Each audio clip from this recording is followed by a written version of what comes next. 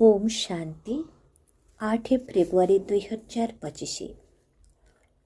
परम शिक्षक श्री भगवान उवाच मीठे बच्चे, तुम्हें ईश्वरीय सेवाधारी माने प्रकृत सेल्वेशन आर्मी अर्थात धार्मिक सुरक्षा प्रदानकारी सैनिक अट। तुमको समस्तंकु शांतिर सुरक्षा देवाकू हेब। आजर प्रश्न, तुम मानंकु जदि केही शांतिर सेल्वेशन मागुछंती तेबे तांकु कौन बुझाइबा उचित? तुम मानंकु जदि केही शांतिर सेल्वेशन मागुछंती तेबे तांकु कौन बुझाइबा उचित? उत्तर, तांकु कुह बाबा कहउछंती कौन तुमर एही ठारे ही शांति दरकार। एहा शांति धाम। अच्छा, तांकु कुह बाबा कहउछंती कौन तुमर एही ठारे ही शांति दरकार। एहा शांति धाम तो नुहे।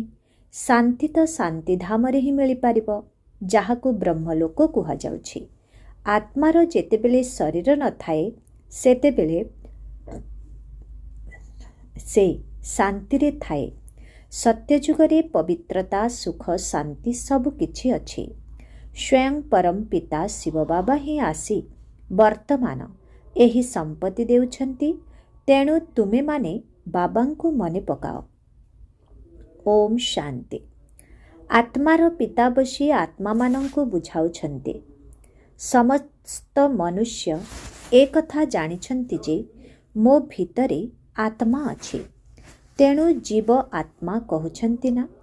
प्रथमे आमे आत्मा, पछरे एही शरीर मिलुछि। केही मध्य निजर आत्मा को देखि नाहंती।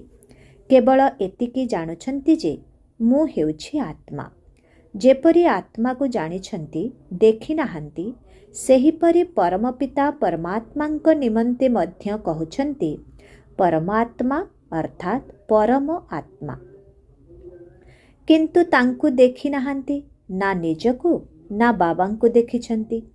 कहउछंती जे आत्मा गोटिए शरीर छाड़ी आउ गोटिए नेउछि, किंतु यथार्थ रूपे जानि नाहंती। समस्ते 84 लाख जोनि मध्य कहिथांती। वास्तवरे एहा 84 जन्म अटे। किंतु एक कथा मध्य जानि नाहंती जे केउ आत्मा माने केते जन्म नेउछंती।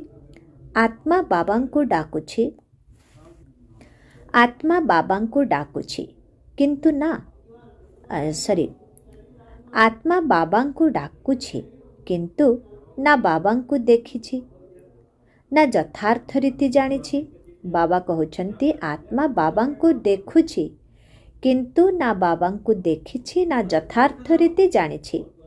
प्रथमे तो निज आत्मा को यथार्थ रूपे जानिबाकु हेबो, तेबे जाई बाबांकु जानि पारिबो। जदि निजको ही जानि नाहंती तेबे बुझाइबे कौन? एहाको कुहा जाए सेल्फ रियलाइज करिबा। एहाको कुहा जाए सेल्फ रियलाइज करिबा अर्थात आत्मानुभूति करिबा। एहा केवल बाबांक बिना अन्य केही कराई पारिबे नाही।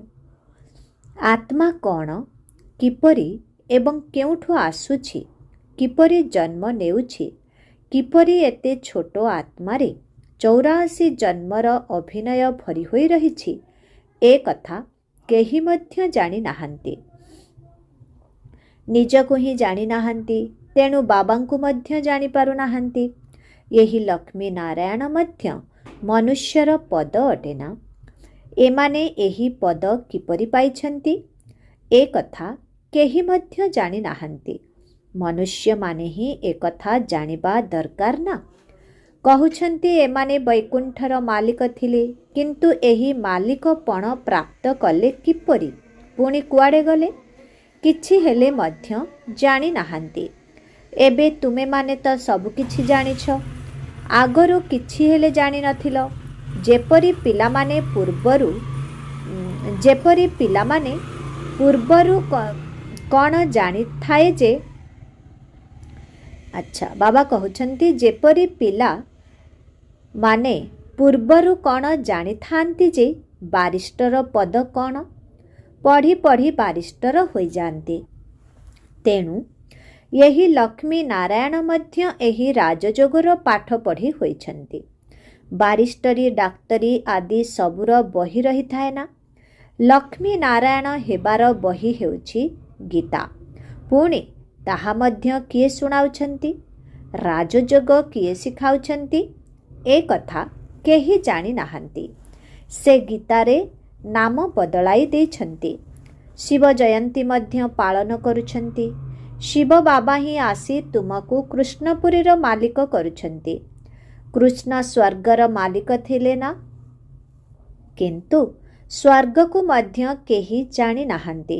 ନଚେତ୍ କାହିଁକି କହିଥାନ୍ତେ ଯେ କୃଷ୍ଣ ଦ୍ୱାପରରେ ଗୀତା ଶୁଣାଇଥିଲେ? କୃଷ୍ଣଙ୍କୁ ଦ୍ୱାପର ଯୁଗକୁ ନେଇ ଯାଇଛନ୍ତି। ଲକ୍ଷ୍ମୀ ନାରାୟଣଙ୍କୁ ସତ୍ୟ ଯୁଗକୁ, ରାମଙ୍କୁ ତ୍ରେତା ଯୁଗକୁ ନେଇ ଯାଇଛନ୍ତି। ଲକ୍ଷ୍ମୀ ନାରାୟଣଙ୍କ ରାଜ୍ୟରେ ଉପଦ୍ରବ ଆଦି ଦେଖାଉ ନାହାନ୍ତି। କୃଷ୍ଣଙ୍କ ରାଜ୍ୟରେ କଂସ, ରାମଙ୍କ ରାଜ୍ୟରେ ରାବଣ ଆଦି ଦେଖାଇଛନ୍ତି। ଏ କଥା କେହି ଜାଣିନାହାନ୍ତି ଯେ ରାଧାକୃଷ୍ଣ ହିଁ ଲକ୍ଷ୍ମୀ ନାରାୟଣ ହେଉଛନ୍ତି। ବିଲକୁଲ ହିଁ ଅଜ୍ଞାନ ଅନ୍ଧକାରରେ ବୁଡ଼ି ରହିଛନ୍ତି। ଅଜ୍ଞାନକୁ ଅନ୍ଧକାର ବୋଲି କୁହାଯାଏ, ଜ୍ଞାନକୁ ଆଲୋକ ବୋଲି କୁହାଯାଉଛି। ଏବେ ଦୁନିଆକୁ ଆଲୋକିତ କିଏ କରାଉଛନ୍ତି? ସେ ହେଉଛନ୍ତି ବାବା। ଜ୍ଞାନକୁ ଦିନ, ଭକ୍ତିକୁ ରାତି କୁହାଯାଏ। ଏବେ ତୁମେମାନେ ଜାଣୁଛ, ଏହି ଭକ୍ତି ମାର୍ଗ ମଧ୍ୟ ଜନ୍ମ ଜନ୍ମାନ୍ତର ପରିଚାଳିତ ହୋଇ ଆସୁଛି। ଭକ୍ତି ଦ୍ୱାରା ଜନ୍ମ ଜନ୍ମାନ୍ତର ତଳକୁ ଓହ୍ଲାଇ ଆସୁଛୁ। କଳା କମ୍ ହୋଇ ଚାଲିଛି। ନୂଆ ଘର ତିଆରି ହେବା ପରେ ପୁଣି ଦିନକୁ ଦିନ ତାର ଆୟୁଷ କମ୍ ହୋଇଯାଏ। 3-4 ଭାଗ ପୁରୁଣା ହୋଇଗଲେ ତାକୁ ପୁରୁଣା ହିଁ କୁହାଯିବ। ପିଲାମାନଙ୍କର ପ୍ରଥମେ ଏହି ନିଶ୍ଚୟ ହେବା ଉଚିତ ଯେ ଇଏ ସମସ୍ତଙ୍କର ପିତା ଅଟନ୍ତି, ଯିଏକି ସମସ୍ତଙ୍କର ସଦ୍ଗତି କରୁଛନ୍ତି, ସମସ୍ତଙ୍କୁ ପାଠ ମଧ୍ୟ ପଢ଼ାଉଛନ୍ତି, ସମସ୍ତଙ୍କୁ ସିଏ ମୁକ୍ତିଧାମ ନେଇଯିବେ। ତୁମମାନଙ୍କ ପାଖରେ ଲକ୍ଷ୍ୟ ରହିଛି। ତୁମେମାନେ ଏହି ପାଠ ପଢ଼ିସାରିବା ପରେ ସତ୍ୟ ଯୁଗରେ ନିଜ ଗଦି ଉପରେ ବସିବ। ବାକି ସମସ୍ତ ଆତ୍ମାଙ୍କୁ ବାବା ମୁକ୍ତିଧାମକୁ ନେଇଯିବେ। ଚକ୍ର ବିଷୟରେ ଯେତେବେଳେ ବୁଝାଉଛ, ତେବେ ସେଥିରେ ଦେଖାଉଛ ଯେ ସତ୍ୟ ଯୁଗରେ ବର୍ତ୍ତମାନର ଅନେକ ଧର୍ମ ରହିବ ନାହିଁ। ସେହି ସମୟରେ ଏହି ଆତ୍ମାମାନେ ନିରାକାରୀ ଦୁନିଆରେ ରହିବେ। ଏକଥା ମଧ୍ୟ ତୁମେମାନେ ଜାଣିଛ ଯେ ଏହି ଆକାଶ ମହାଶୂନ୍ୟ ଅଟେ। ବାୟୁକୁ ବାୟୁ, ଆକାଶକୁ ଆକାଶ ବୋଲି କୁହାଯିବ। ଏପରି ନୁହେଁ ଯେ ସମସ୍ତେ ପରମାତ୍ମା ଅଟନ୍ତି।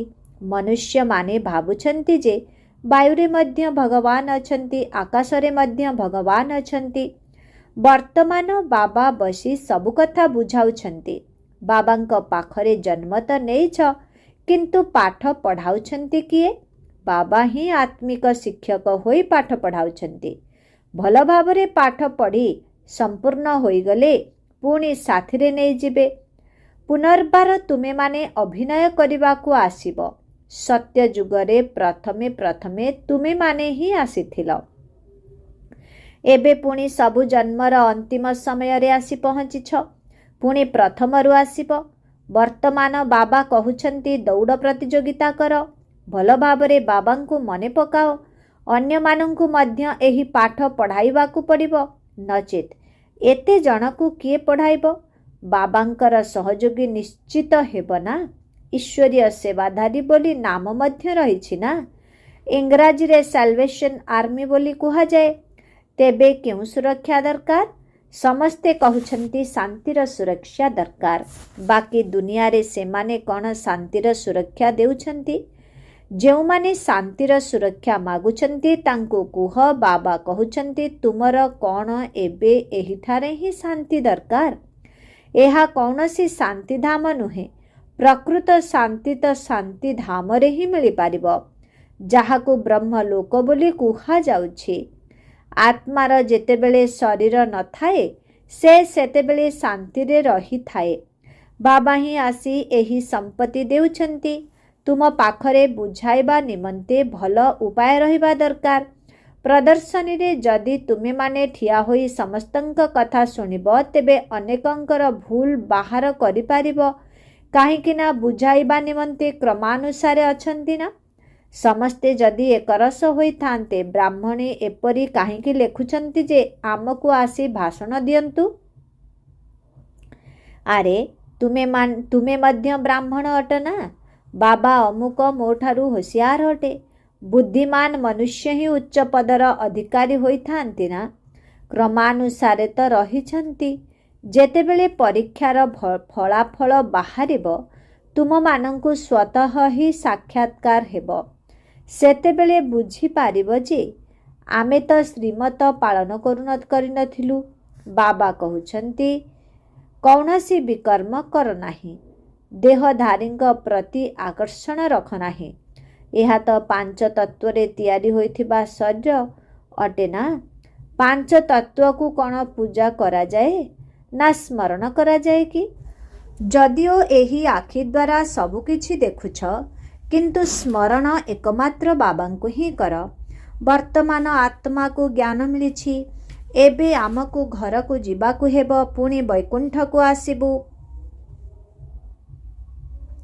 आत्मा को अनुभव करि पारिबो देखि पारिबो नाही। सेही परी ये ब्रह्मा बाबा मध्य अनुभव करि पारुछंती। हाँ, दिव्य दृष्टि द्वारा निज आत्मार घर अथवा स्वर्ग को देखि पारिबो। बाबा कहउछंती पिलामाने मनमना भव मध्याजी भव अर्थात बाबांकु एवं विष्णुपुरी को मने पकाओ। यहाँ ही तुमर लक्ष्य अटे। पिलामाने जानिछंती आमको एबे स्वर्ग को जीवाकु हेबो। बाकी समस्ते मुक्तिधाम को जीवे। समस्ते तो सत्ययुग को जाई पारिबे नाही। तुमर हेउछि देवी देवता धर्म। एहा मनुष्य मानंकर धर्म होई गला। ब्रह्मलोकरे तो मनुष्य माने रुहंती नाही ना। एठारे ही केवल मनुष्य सृष्टि रहिछि। मनुष्य तो तमो प्रधान एवं पुणी सतु प्रधान हेउछंती। तुमे पूर्वरु शूद्र वर्ण रे थिल एबे ब्राह्मण वर्णर होइछ। यही वर्ण केवल भारतवासी मानंकर अटे। अन्य कौनसी धर्म को एपरी ब्राह्मण वंशी सूर्यवंशी कुहाजिब नाही। वर्तमान समय रे समस्ते शूद्र वर्णर अटंती। समस्तंकर जीर्ण शर्ण अवस्था होई जाइछि। तुमे माने तमो प्रधान होई जाइछ। तेणु सारा वृक्ष मध्य जीर्ण शर्ण अर्थात तमो प्रधान होई जाइछि। पुणी कौन सारा वृक्ष सतु प्रधान होई जिवो? सतु प्रधान नुआ वृक्ष रे केवल देवी देवता धर्मावलंबी ही रहिबे। पुणी तुमे माने सूर्यवंशी रु चंद्रवंशी होई जिवो। पुनर्जन्म तो नेउछ ना। पुणी वैश्य शूद्रवंशी ए सबु नुआ कथा अटे। आमको ज्ञानर सागर ही पाठ पढ़ाउछंदी। से ही एकमात्र पतित पावन समस्तंकर सद्गति दाता अटंती। बाबा कहउछंती मु तुमको ज्ञान देउछि। तुमे माने देवी देवता हेबा परे एही ज्ञान आउ रहिबो नाही। कारण अज्ञानी मानंकु ही ज्ञान दिया जाय थाए। दुनिया रे समस्त मनुष्य एबे अज्ञान अंधकार रे अछंती। तुमे आलोक रे अछ। एहांकर 84 जन्मर कहानी को केवल तुमे माने ही जानिछ। एबे तुम मानंक पाखरे समस्त ज्ञान अछि। मनुष्य माने तो कहि देउछंती भगवान एही सृष्टि काहेकि रचना करिछंती। कौन आमको मोक्ष मिली पारिबो नाही? अरे एहा तो पूर्व प्रस्तुत खेल अटे। अनादि ड्रामा अटे ना। तुमे माने जानुछ आत्मा गोटिए शरीर छाड़ी जाई अन्य एक शरीर नेउछि। एथिरे चिंता करिवार कौन आवश्यकता अछि? सेही आत्मा आसी निजर द्वितीय अभिनय आरंभ करुछि। मनुष्य हजिथिबा जिनिस पाइबा पाई ही कांदी थांती। पुणी थरे तो से जिनिस मिलिबो नाही। तेणु कांदिबारे की लाभ अछि? एबे तुम समस्तंकु मोहजित हेबाकु पड़िबो। यही कबरस्तान रे कौन मोह रखिबो? यही कबरस्तान रे कौन मोह रखिबो? एथिरे दुख ही दुख रहिछि। आज छोट पिला होइछंती। काली पिला बड़ होई एपरी होई जाउछंती जे बापार पगड़ी ओह्लाइबारे मध्य विलंब करुनाहांती।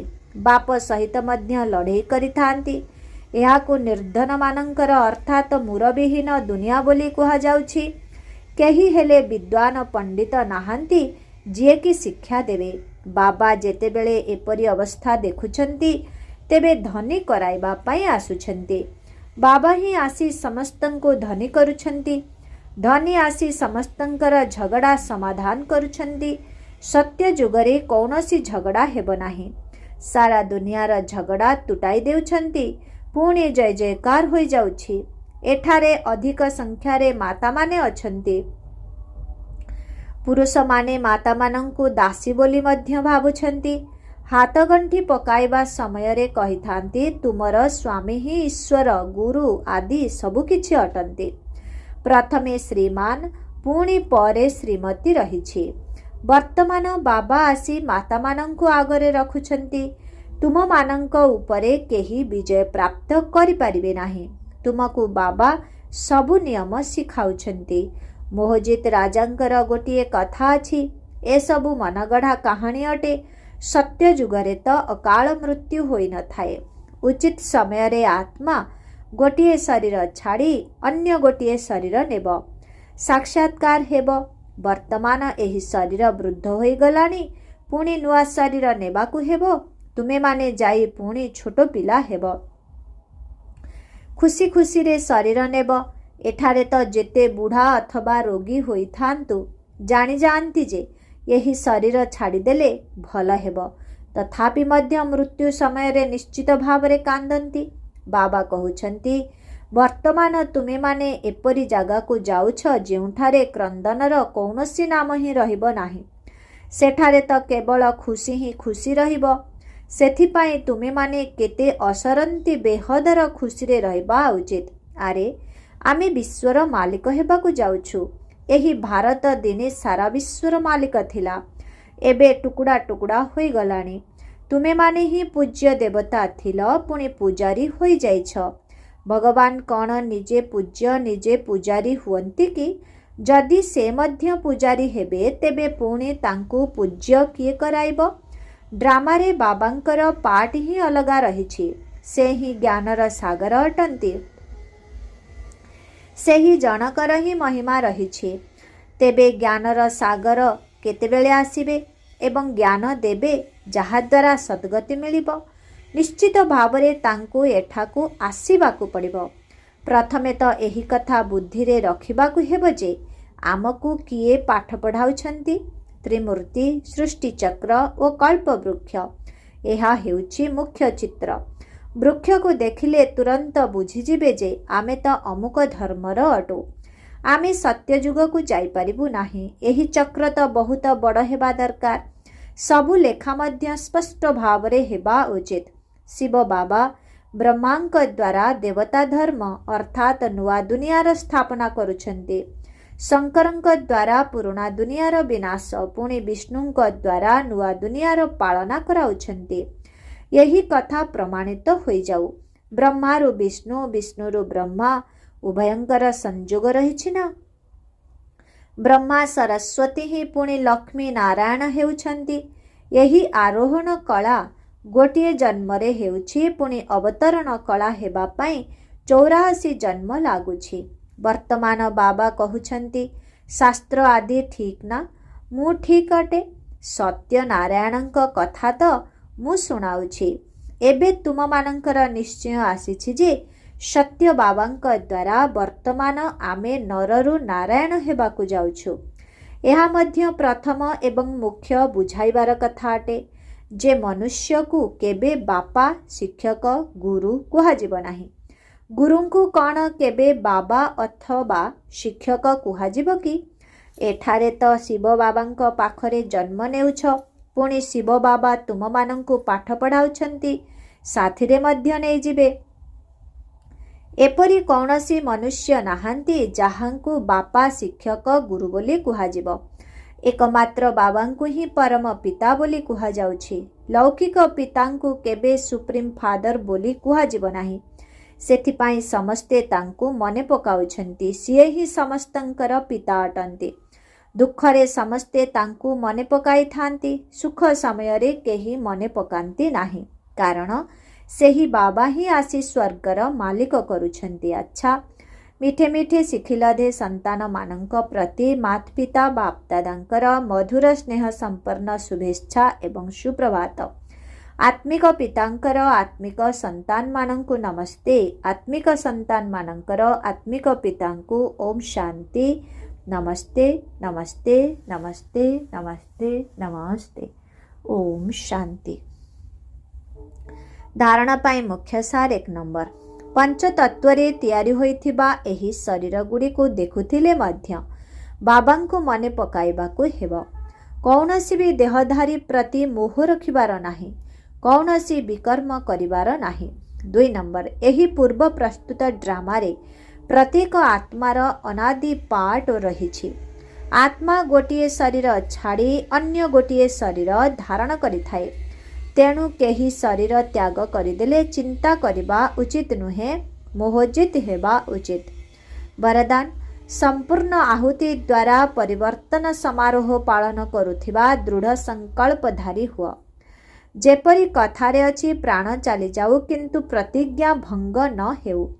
ସେହିପରି ଯେତେ ବଡ଼ ପରିସ୍ଥିତି ଆସୁନା କାହିଁକି, ମାୟାର ମହାବୀର ରୂପ ମଧ୍ୟ ସମ୍ମୁଖକୁ ଆସିଯାଉ, କିନ୍ତୁ ତୁମର ଶ୍ରେଷ୍ଠ ଧାରଣାଗୁଡ଼ିକୁ